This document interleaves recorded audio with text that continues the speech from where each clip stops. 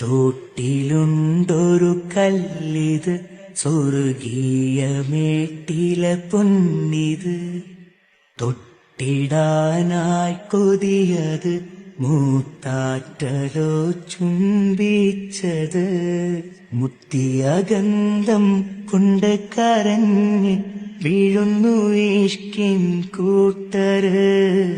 മുത്തിന്റെ ബന്ധം കൊണ്ട് നടന്ന് പാടുന്നു ചിലരീ വീട്ടില്.